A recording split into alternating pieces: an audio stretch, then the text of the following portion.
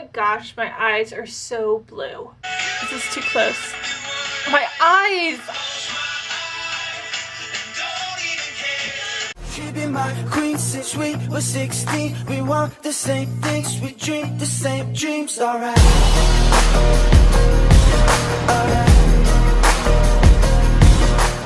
Hi guys, so I am back filming on this channel. I haven't done a video in a while and I apologize for that. School was really hectic and I graduated this May, so that's really exciting for me. Now I have my bachelor's degree in literature and I'm super excited for what the year has ahead and what my writing has ahead in the future. So today my video is going to be talking about tips on naming your characters. I'm going to give you 4 tips that I have found that have really helped me to figure out names for my characters in books, or what to decide what to call them. It's basically like naming your child. If any of you have any experiences in writing or creating characters, names are very important on who they are and who are they going to become in the story.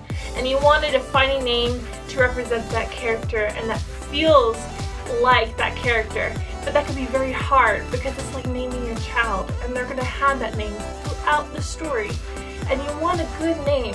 So these 4 tips have really helped me name my characters, so I hope they help you as well in some area if you're trying to figure out a character's name. So let's get started. The first is by letter. I found that this has helped me. Normally, if I have a character and I don't know what their name is, I normally know what the letter of their name is going to begin with. There is a type of feel to that character and there's normally a letter that can represent that character.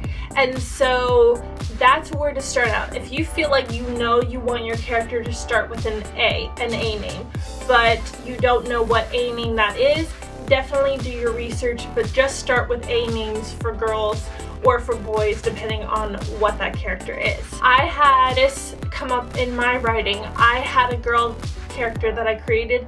I knew her name was going to start with an R, but I didn't have any R names that I liked. I knew that I wanted it to be like Renee, the name Renee, but it was not going to be Renee, and I needed to find something similar. So thinkbabynames.com really helped me in this one.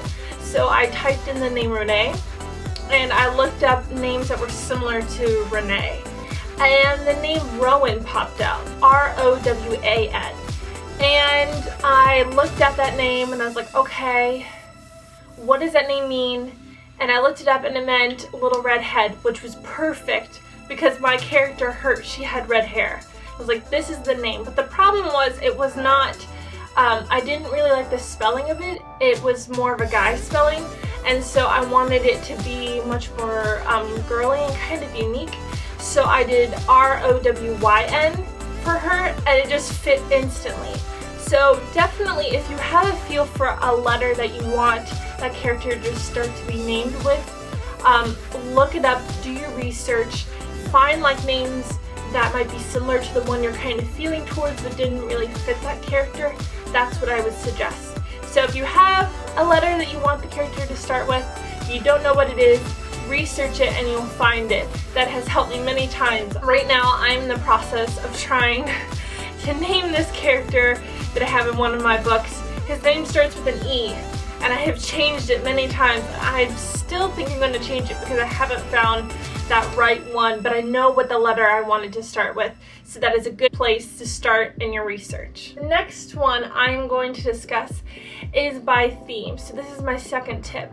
So if you want a theme running through your names, a good example I can come up with this is if you want plants or flowers to be like a theme or symbolism in your book, definitely look up plant names or flower names that could be ideas for you, like Sage or Avery. And you kind of see this in the Hunger Games by Suzanne Collins. She has Katniss, which is a type of plant, Primrose, there's Rue, all those are flower names.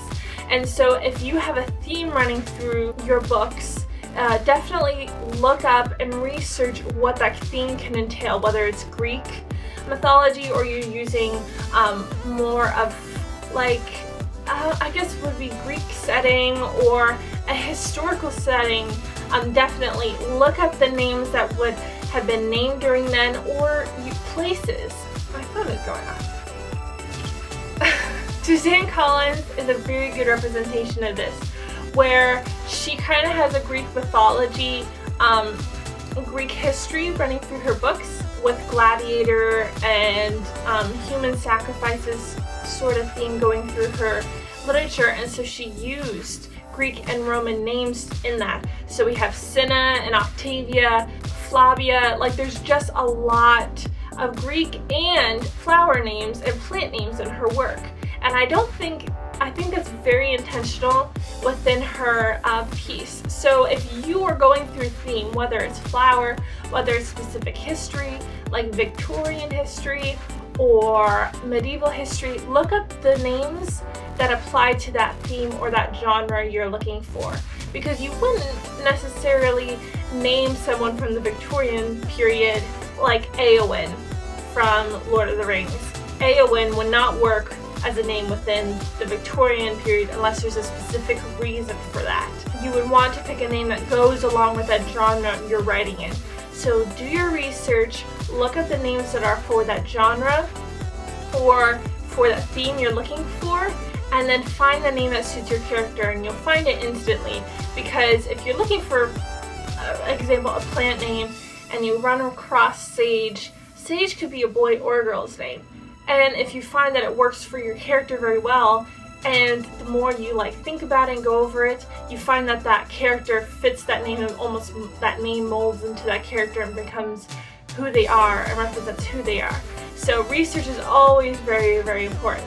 So if you have a genre, if you have a theme, look up the names that apply to that, and then hopefully you have a couple options that fit your character that you're looking for. The third option I am going to be talking about is combining and altering names. This can be tricky. This can be fun as well. I haven't used it as much, but I have found that my brain, when it starts creating characters or coming up with names for characters, almost a name or an altering of a name can really help distinguish that character and what you want to name it. So for example, if you like the name Jonathan, which I did for one of my characters, I like the name Jonathan, but it was too common, it was too plain of a name that goes along with our generation. So I wanted something that was different, something that was a little outside the box a little bit, but not too much. I wanted to kind of go along with the Jonathan theme. So I just changed one letter, which is altering. I changed the TH to a V, so it's Jonathan. And it's just simple, and for some reason, just changing those two letters to a V made my character have that name, and I liked it. It matched who he was. It wasn't completely different from what I was looking for, but I really liked how it sounded, and that character just became it. So Jonathan instead of Jonathan really helped me picking that name for that character. And then combining names. So Stephanie Meyer did this in Twilight. For Edward and Bella's daughter, she combined Renee and Esme together and made Renesmee. You could also combine names if you are having a hard time choosing between two names. See if you can combine it. That happened with me with one of my characters. I like the name Casper and Aspen, and I couldn't decide what I wanted that character to be. I kind of wanted it to start with C, which is Casper, but I liked how Caspin sounded, and I couldn't figure out which one was going to be the best option for this character.